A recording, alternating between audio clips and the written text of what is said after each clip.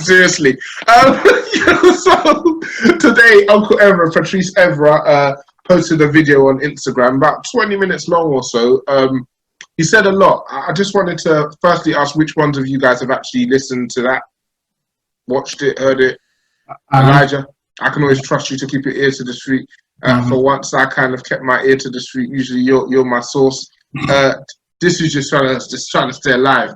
So I'm not expecting him to watch it.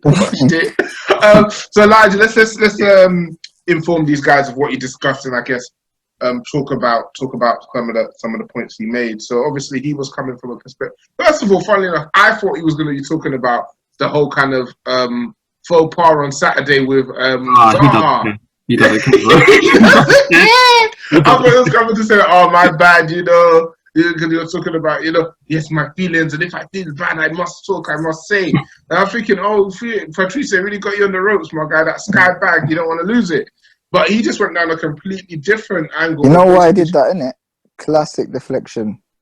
Classic deflection. No one's talking about that fumble that he did on Sky. Not everyone's talking about an ex-employee player attacking United. It's classic deflection. His management team are on point. That is good, and that speaks from a man who's probably deflected a few things in his time too. Yeah, 100%. I can smell it. I can read it. I can read right through him. Cool. So basically, he was just talking about how sad he is at the current state of affairs at Manchester United. It seemed there was a time he was actually going to start naming names, but then I was so pissed off. Because he said, "Oh, all right, time to get onto the names," and he said, and then he went onto the Glazers. Then he never went back to it. I was I wanted those names. I really wanted those names because that's the problem. There's no accountability now. Now Matt Judge is more in the open since like the Sanchez deal, and because of that, he's getting more flack. But I know there's some other people at that club that are doing bullshit that do not get anything thrown at them, and it's just thrown at Mike fucking Phelan. My money's on Mike fucking Phelan. Let's get him in front of the cameras, man. Explain what the fuck you've been doing there, because you've been working with Frankie and them, man. Fucking joker. Mike Phelan, I want him dragged. How important, man? Old boy Mike, all day. I'm doing there. I don't know what Mike Fergie will stand for this. Man's getting paid how many bags a week just to recite off Fergie there. It's so fucking good. Nah, man running around like he's Fergie. Nah. I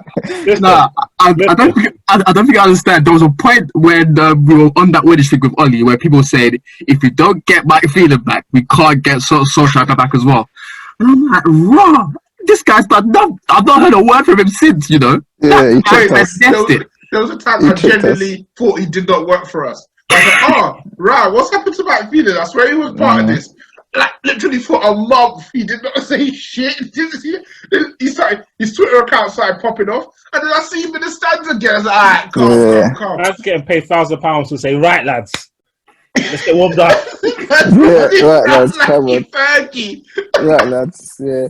I thought, what does he do? What is he? What's his position? I think he's assistant manager, and then Carrick and McKenna are the coaches. Wait, he's assistant manager. We have 4 assistant managers. We have 4 assistant managers. I thought it was that. I thought it was that. Ollie, McKenna, and Carrick. McKenna was the assistant guy. No. Because he's not the assistant. He's like a coach. He's like a coach. So under because Ollie's not a coach. So what is Phelan's job then? What does he do? Like he just talks about Fergie, blood. No, but like assistant manager, like what do they normally do? Like a good one. So like basically they'll be like the bridge between the manager and the players. Be like someone that the players can come talk to, stuff like that and stuff. But really and truly, that is why Ollie doesn't even need that, because he's not there coaching, or he's just there for vibes. So yes, I'm confused as to what the point of having an assistant manager is if Ollie isn't that type of manager. Anyway, it doesn't make sense. You don't need a bridge, or you don't need anything like that, because they don't respect Ollie anyway. So they're just running around like terrorists, really. Because look at all the madness that people are just doing mad things at the club. That's Al Qaeda. Yeah, Listen, just running yeah, around doing mad things, bro. Look at for me, that. Go on. yeah, I was going to say for me, that assistant manager just has to essentially complement whatever type of manager you've got. So if it's a manager who's really good with the people side and not necessarily strong tactically, the assistant manager complements him. If it's a manager who's a good tactical manager, but maybe necessarily isn't good with the people side, the assistant manager comes and complements that side. So it's always relative to whatever your manager is. So basically, You know what? we got two vibes, man. Yeah. So we can't even DJ get. Luck and MCD. Yeah.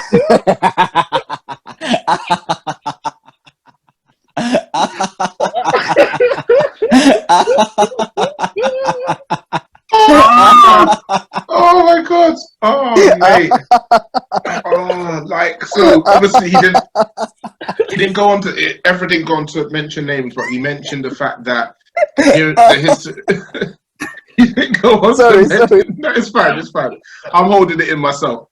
He didn't mention names, but he did mention the fact that the history and the culture of the club is basically falling apart. He mentioned that Roy Keane came in to speak to some youngsters. The youngsters didn't even know who Roy Keane is. Whose man is this? Whose man is this, man? Nah. They didn't know who Roy Keane was. No, but since how can you not who Roy Keane is? That's scary, man. That's what I'm saying. So Roy Keane.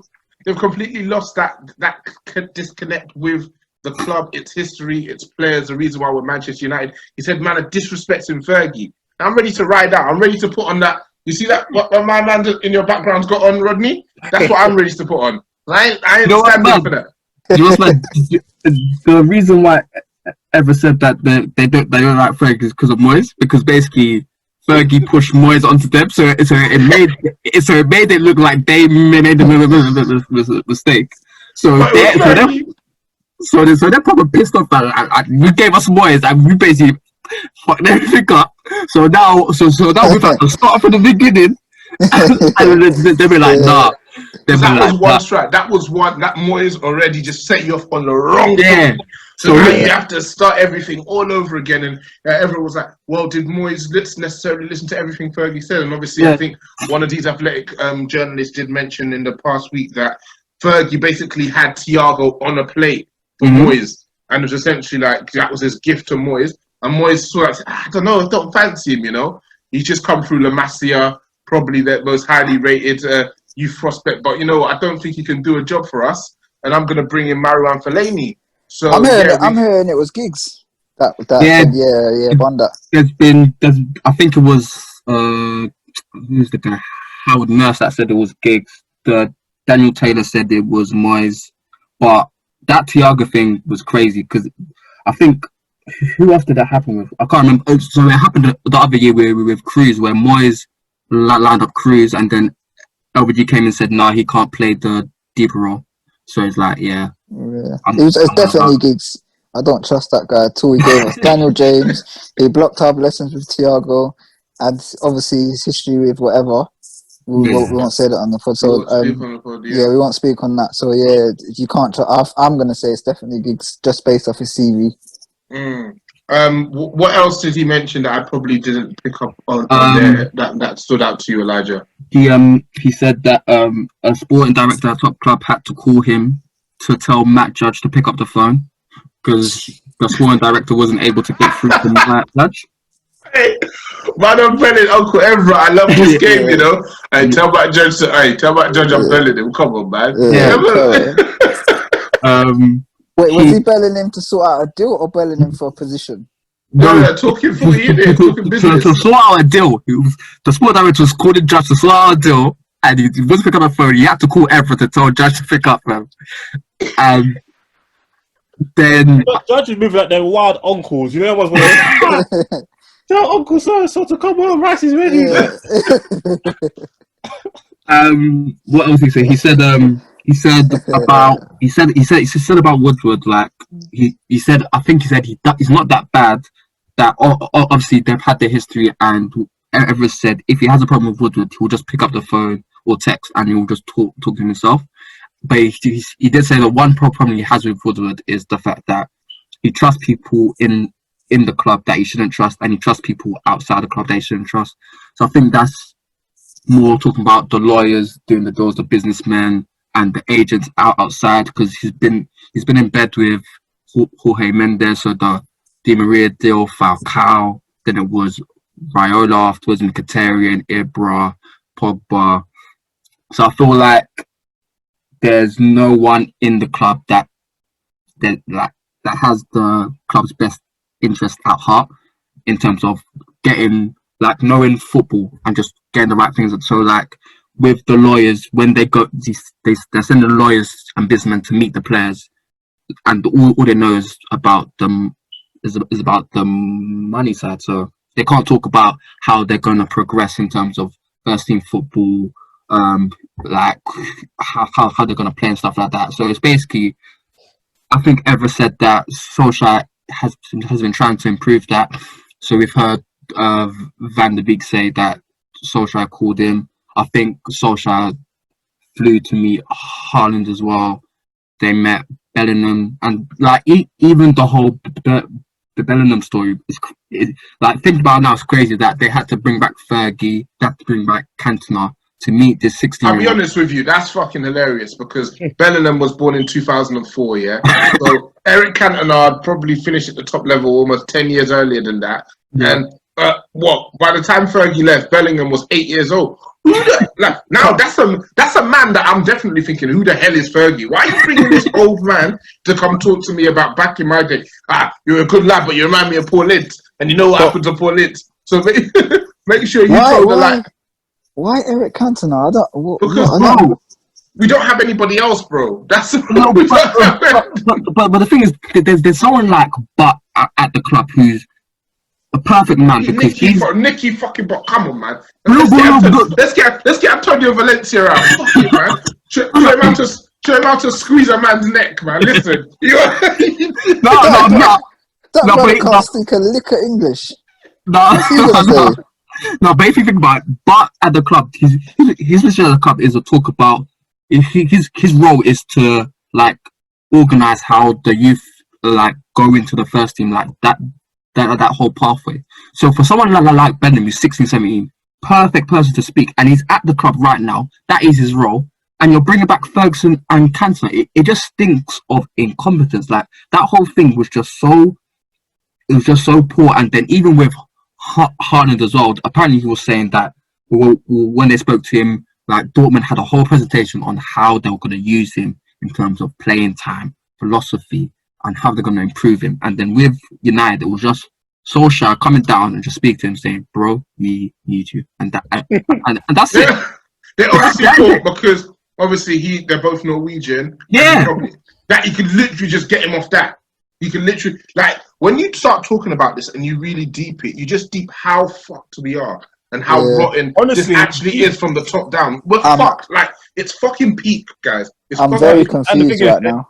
And what is, when Moy said it, I was like, oh, get your bum ass out of here, you're trash. When LBG said it, I was like, yeah, training coach, you have some ideas, but your football's dead. Then Jose make excuses, but all the man can't be wrong. Don't get me wrong. They had their own incompetencies, but your job is 10 times more difficult. The people above you are absolutely whack. Like how a man rolling out Fergie to go and talk to a 16-year-old black youth from Birmingham? What's going on, bro? Yeah, it's confusing. Honestly, if they want to get players, they're better off bringing out Pogba and Rashford. Honestly, vibes. Honestly, that's exactly what Liverpool used to do. Every single signing, Gerrard. They would just call them. They would say, "Call them up, fam. Talk to him." Hello. Oh God, what another one? Yeah. All right, cool. Give me 5 minutes. I'm coming there now, man. One sec. I'm just. At least the players will be starstruck to talk to Pogs or Rashford, especially if it's a young English player to talk to Rashi. Or do you know what I mean? Or if it's a Spanish player, I don't know, maybe get DDG, or actually maybe not. Man, like, hey, get off my blow. I'm like, make Matt make him some of his finest paella. I don't know. So something. Or write him a letter. But when you take it in, like you can just see. This is why I don't like to blame the players too tough, because it's just incompetency everywhere. So the fact that we don't have any pattern of play, it's incompetency in the coaching staff. So it's harder for the players to provide an environment on the pitch. And to even get those players on the pitch in the first place, the recruitment is compromised because these men are jokers. Like Liverpool, we thought Liverpool had no P. Then pat, Thiago, Jota, just like that. Bro, apparently they might get Ismail Sarr. They've got less P than us. Do you get? Like bro, Chelsea, they waxed they us. are paying. Go on, Elijah. They are paying 10 million in the first year for both of them, for Thiago and Jota. The way they've swindled that fam, listen, when you're respected at your job, there's a way people deal with you in it, and there's a way that people will behave as a result of that. When Manchester United are coming to the table, people do not take us seriously. So they're going to take the piss and they're going to mug you up. And whatever you say about Liverpool's setup, we read all the stuff about how great Michael Edwards is and their committee this and their committee that. So when Liverpool comes to the table, people are like, we're dealing with serious people. Like, Liverpool were always going to get Thiago in it. And they were kind of like, we don't want to pay this, we don't want to pay that. And we're talking about literally 4 or 5 million. And then Klopp probably watched the game against Leeds and said, no, we're not doing this again. And they got it done. And the thing is, from what my understanding is, that whoever paid up for Thiago first, that could have been us, that could have been Chelsea, that could have been Liverpool. Whoever paid up, agreed the wages with him, would have got him. Basically, he just wanted to go on to the next step in his football journey, and it looked like he just wanted to come to England. England was where the money is. It's the biggest league in the world. And we've just watched him. Like, bruv, in Fergie's day, do you think he's going to sit there and... I don't need Thiago, but you know what?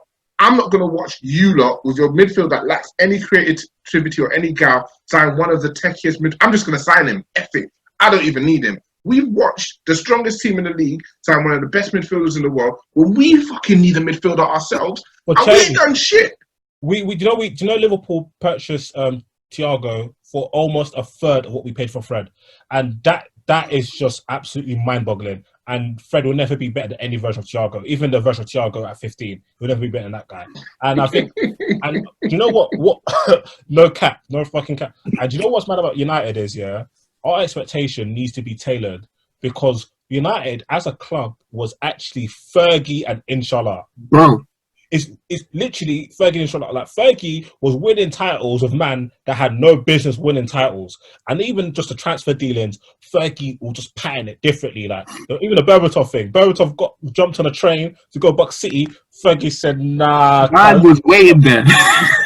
Again, I don't even want you. I don't even really want you, but you know what? I can't let City have you. So I'll take you. With a couple bouncers and say, yo, big man, come in the back of the car. Come in the back of the car. We're going to sign you, yeah? Like, the way Ferguson moved with just aggression in the market, like even the Van Persie thing. We yacked Van Persie from Arsenal.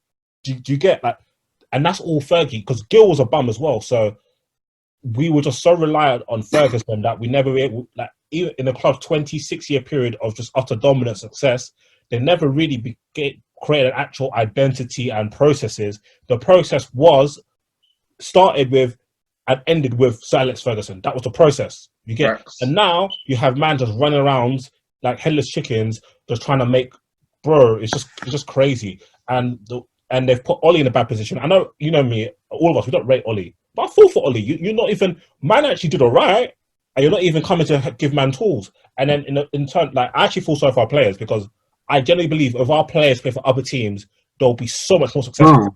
Because like, even our strikers, our attackers, just playing for City or Chelsea, you just get more chances just because there's a pattern of play. Like, man, them are just eating off pure brilliance alone. Even our midfielders, our defenders, like, we can't play out from the back. We don't know what we're doing. Like, without playing from the back, Lindros gets the balls like, right, like, nobody's near me. Like, I can either give it Pogs, but Pogs is marked, you might get binned.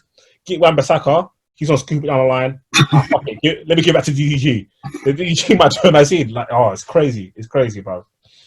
And you have 2 weeks to finesse some players to finish. There's no end in sight for this, though, because, like I said, it starts at the top. There's generally no. It's not like we. That's the scariest bit, man, because you can't even say, like, okay, this is what we need to do. Bam, bam, bam. This is what can be done. It's just, there's so much that we don't know, and it's like Evra was saying, so much going on behind the scenes that it's like, where do you start?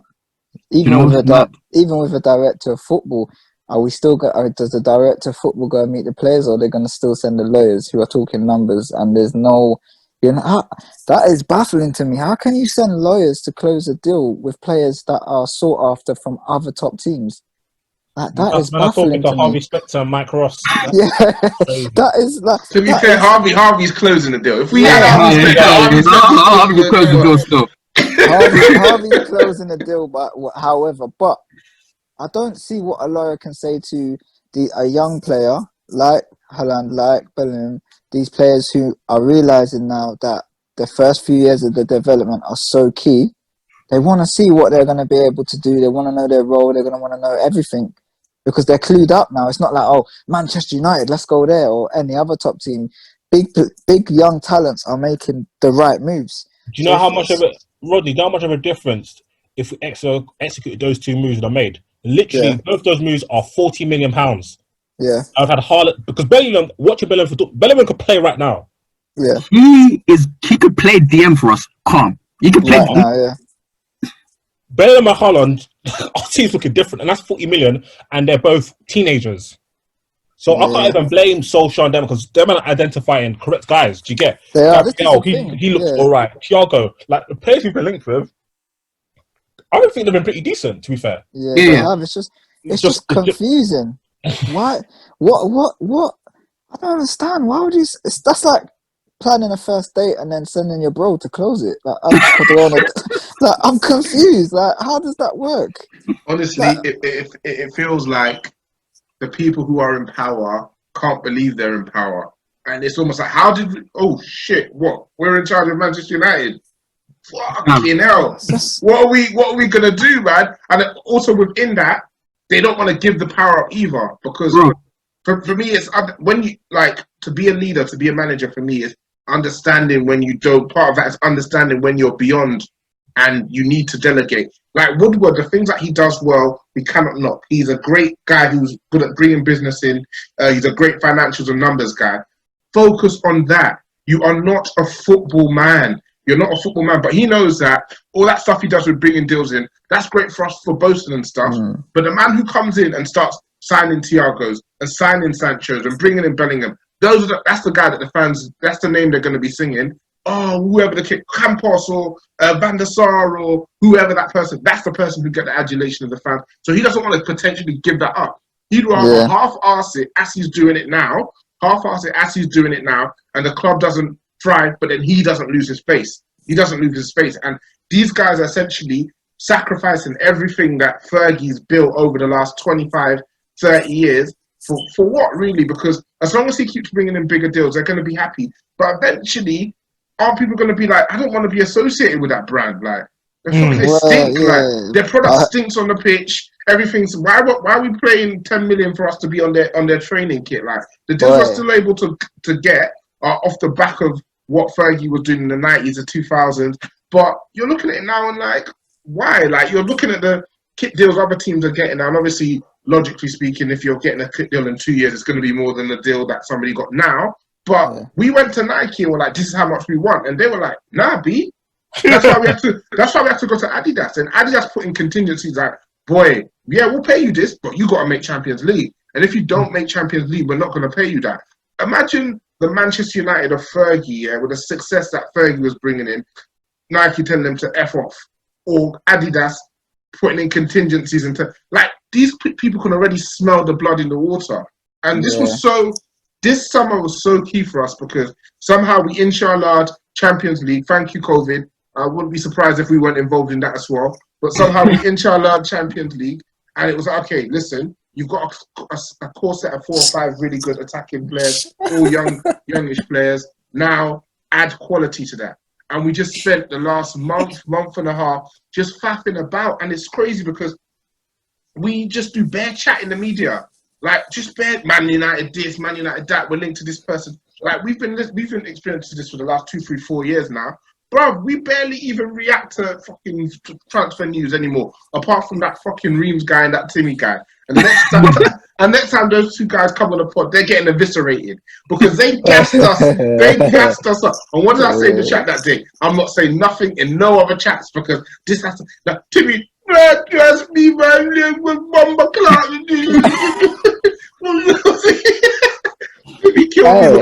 He killed me because he went from, yeah, I kind of heard about it, yeah. So when Reeves backed it, this what I'm telling you, blood. My guy said he's coming, man. And then when he saw it wasn't happening, boy, Reeves is peak for you, you know. Yeah.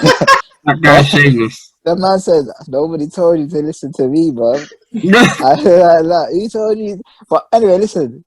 I heard Edward was doing a runner, taking his noodle deals, and he's doing a runner, bro. His house is up for Selling his sale. yard, innit? Yeah, His house is up for because sale. he knows the fans are gonna come back with burners this time.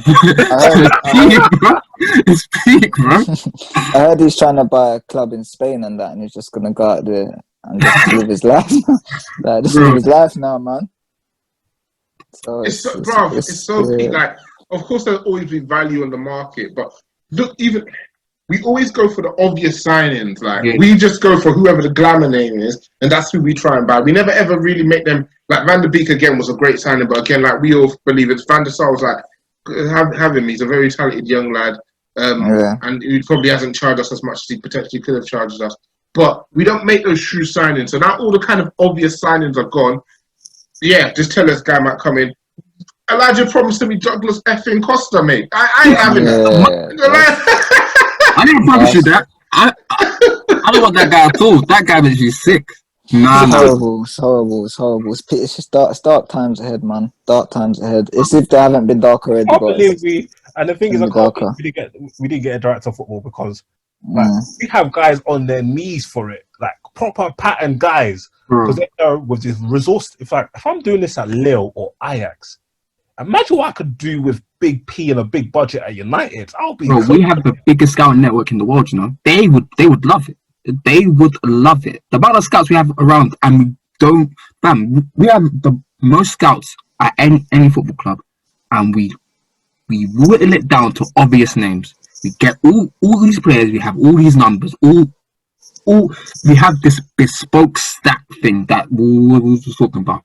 We said that we had a database of 750 right backs, and we whittled down to 10. And eventually, we decided to get Wan-Bissaka. I could have told you that 2 months before the 70. 2.5 hours down the motorway. You know, you know what?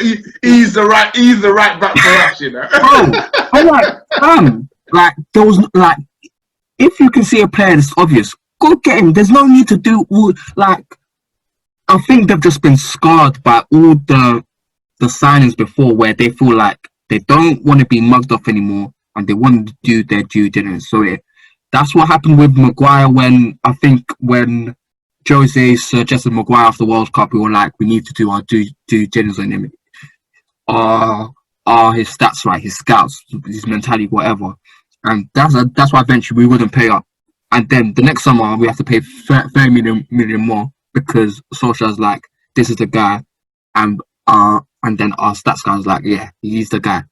It's like, come on, man! Like, like, I think I saw someone say that the best thing Liverpool are good at is that they know when to overpay for a player and they know when to move on. So you see with Van Dijks and Addisons, those are special breeds. So you're like, bro, you have to pay it. Whatever they want, you pay it because eventually they will be worth that. If man are saying for Jamal Lewis to 20 million, they're like, nah. They move on to they got. I can't even remember this guy's name. Like, I'm not even sure this guy's real, but they got him for 11 million and they just moved on. So I think what Reeves said earlier, like Liverpool are selling no players who are made up for 8 figures. Bro, who the hell is Hoover? They sold him to Wolves for 13 million, man. Cool. Yeah, listen, guys, it's going to be a long season. Like you've said, between you guys, there's 1 or 2 signings. We're like 3 or 4 signings away. When I spit bars in a rave, man, I go hard like Santan.